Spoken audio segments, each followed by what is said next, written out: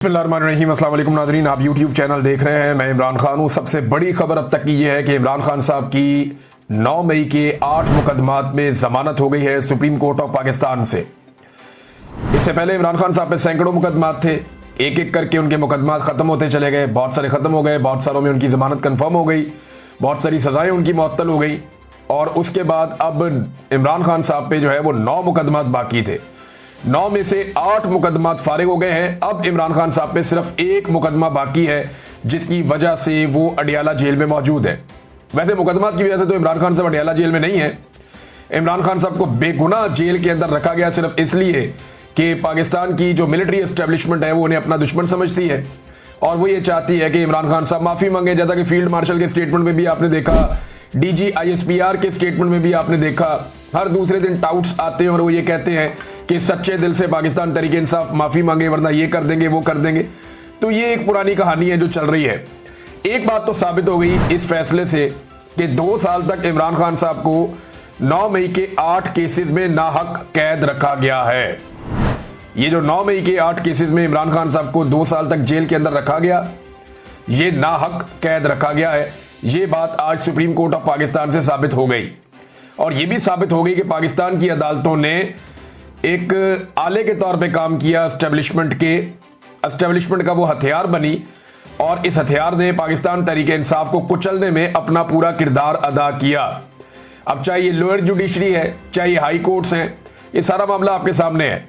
ये अदालत ने फैसला दिया क्यों? देखें, अब हर तरफ जजेस कंट्रोल कर दिए गए हैं। सुप्रीम कोर्ट ऑफ पाकिस्तान में एक कंप्रोमाइज्ड किस्म के जजेस को पहुंचाया गया है। लेकिन मामला यह भी है ना कि जजेस पे भी दबाव होता है।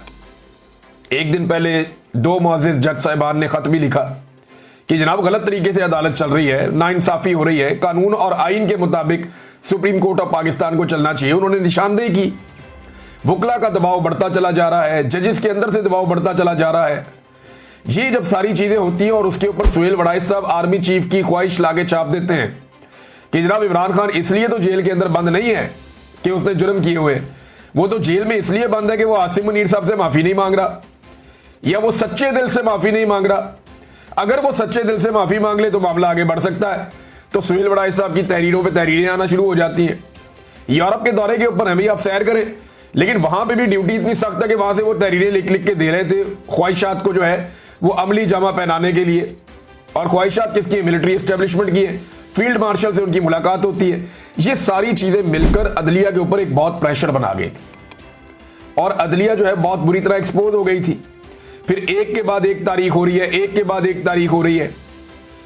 अदालत के अंदर क्या हो रहा है? अडियाला जेल में वहां पे 4थी मरतबा तारीख दे दी गई है। इमरान खान साहब का केस लगने नहीं दिया जा रहा वहां पे। ये वहां पे सूरत हाल है। सुप्रीम कोर्ट ऑफ पाकिस्तान में इसमें बार बार की तारीख दी और बिलाखिर इमरान खान साहब को बेल देना पड़ी।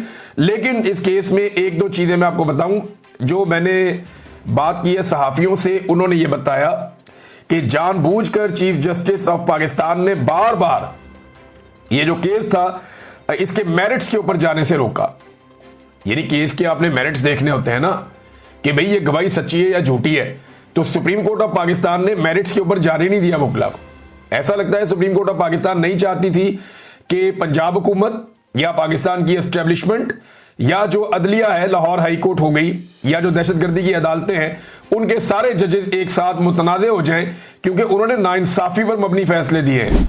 वो पुलिस वाला टेबल के नीचे घुस गया, सोफे के नीचे घुस गया, पुलिस वाला पर्दे के पीछे छुप गया, वो इतनी दूर से 4-4, 5-5 बैरियर क्रॉस करके सारी सिक्योरिटी में से गुजरता हुआ सलमानी टोपी पहन के वो इमरान खान साहब के सामने पहुंच गया।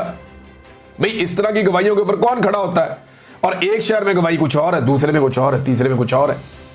तो तहरीक इंसाफ तो तैयारी करके गई हुई थी, लेकिन चीफ जस्टिस ने इन मेरिट्स के ऊपर बातचीत नहीं होने दी। इससे पूरी की पूरी अदलिया जो है उसके कपड़े उतर जाते हैं।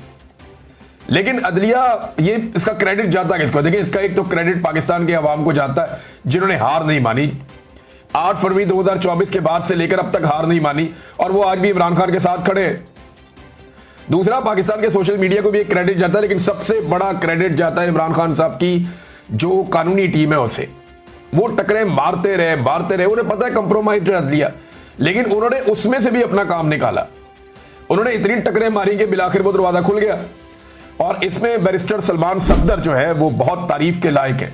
इमरान खान साहब की जो पूरी वकला की टीम है वो सभी मुबारकबाद के लायक हैं। बैरिस्टर सलमान सफदर साहब हैं, सलमान अकरम राजा साहब हैं, इन लोगों ने बड़ा अच्छा काम किया। लेकिन जो एक प्रोफेशनली मैंने देखा कि जिस वकील ने बहुत अच्छी हैंडलिंग की तमाम मामलात की और मुकदमात की, वो बैरिस्टर सलमान सफदर है।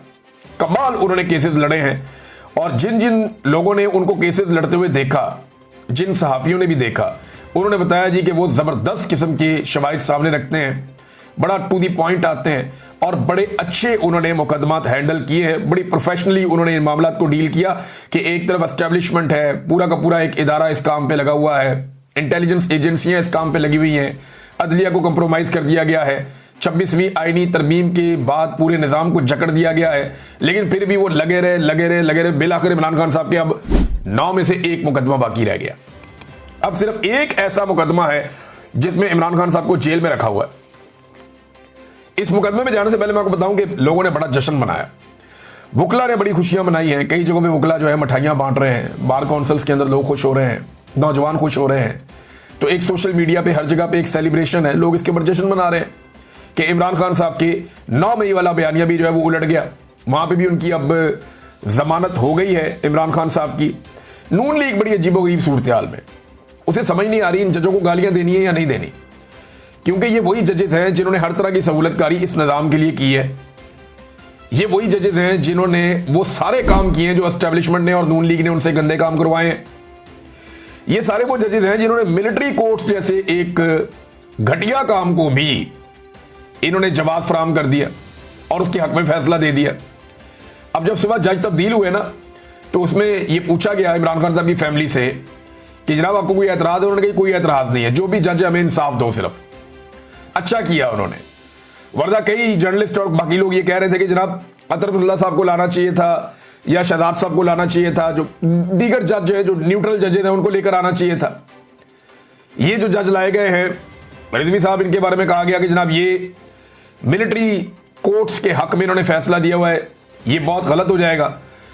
लेकिन ये पाकिस्तान तहरीक इंसाफ और इमरान खान साहब की फैमिली ने बड़ा दिल किया, उन्होंने कहा जो मर्जी जज आ जाए हमें इंसाफ दें। अब कई केसेस ऐसे होते हैं जिनमें जज के लिए भी रास्ता कोई नहीं बचता, तो बिलाखिर इमरान खान साहब की जमानतें हो गई। नून लीग की सूरत हाल अजीब है, जजों को गालियां देनी है नहीं देनी वो इस मखमसे में। ये एस्टेब्लिशमेंट कल को अगर इनके ऊपर से हाथ उठा लेगी ना, ये एस्टेब्लिशमेंट को भी गालियां नहीं दे सकेंगे, क्योंकि जिस लेवल के इन्होंने जूते पॉलिश कर दिए इनके पास पीछे हटने का रास्ता नहीं है। और जिस लेवल पे इन्होंने इस अदलिया को उठा के रखा है, इनके पास पीछे हटने का रास्ता नहीं है। अब ये कैसे कह सकते हैं कि जनाब ये जजेस, क्योंकि ये जजेस ये लोग खुद लेकर आए हैं, तहरीक इंसाफ ने तो इनकी मुखालफत की थी, वो तो मंसूर अली शाह साहब की बात कर रहे थे। ये जजेस ये हुकूमत खुद लेकर आई है, लिहाजा इनसे तो ये गिला